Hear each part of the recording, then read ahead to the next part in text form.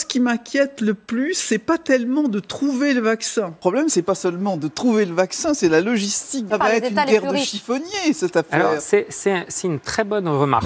Et donc, j'appelle très clairement les États-Unis d'Amérique à mettre fin aux interdictions à l'export, non seulement de vaccins, mais de composantes de ces vaccins qui empêchent la production. Il va falloir assurer aussi une fonction humanitaire sur la vaccination. Une personne sur 6 a reçu au moins une dose de vaccin en Europe. En Afrique, c'est moins d'1 sur 100. C'est inacceptable.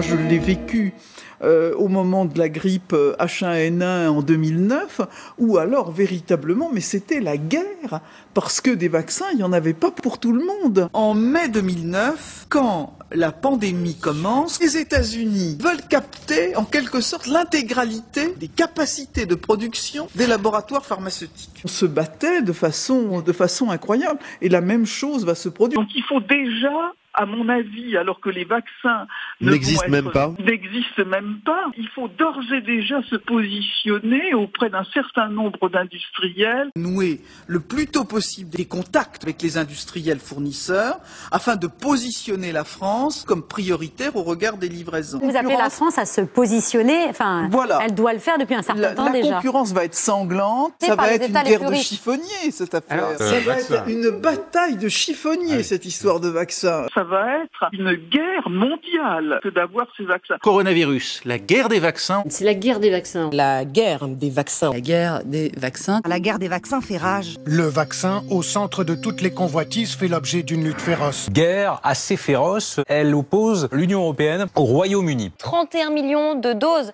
administrées dans tout le pays, 21 millions proviennent de l'Union européenne. 21 millions de doses, les 2/3 de ces vaccinations.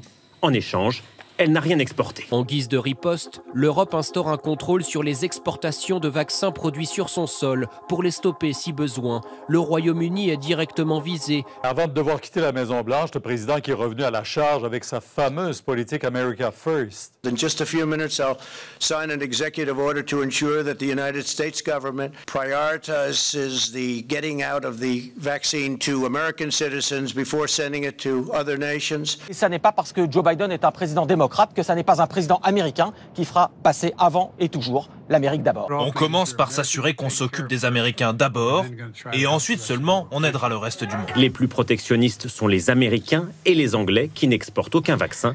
Mais cette semaine, l'Inde a rejoint leur rang. Avant, nous exportions le vaccin dans de nombreux pays. Maintenant, on doit se concentrer sur notre propre pays parce qu'on doit aller vite. C'est ce qu'on appelle le nationalisme du vaccin. Il va falloir assurer aussi une fonction humanitaire sur la vaccination. COVAX est le résultat d'une collaboration entre l'OMS, l'Alliance du vaccin, les gouvernements et la Fondation Gates. Permettre à des populations, par exemple des populations africaines, qui n'ont pas les moyens financiers de se faire vacciner, il va falloir que nous, les pays riches, on assure aussi cette fonction. Pendant que les pays les plus riches sont en pleine campagne de vaccination, les plus pauvres, eux, accusent un sérieux retard. On ne peut pas commercialiser un vaccin qui serait réservé à quelques happy few, quelques milliers de personnes. Il faut une logistique qui permette de l'offrir à des milliards d'individus. Le programme COVAX devait délivrer 2 milliards de doses d'ici la fin de l'année dans 120 pays. Seuls 49 millions sont arrivés à destination pour le moment. Le temps est venu de partager.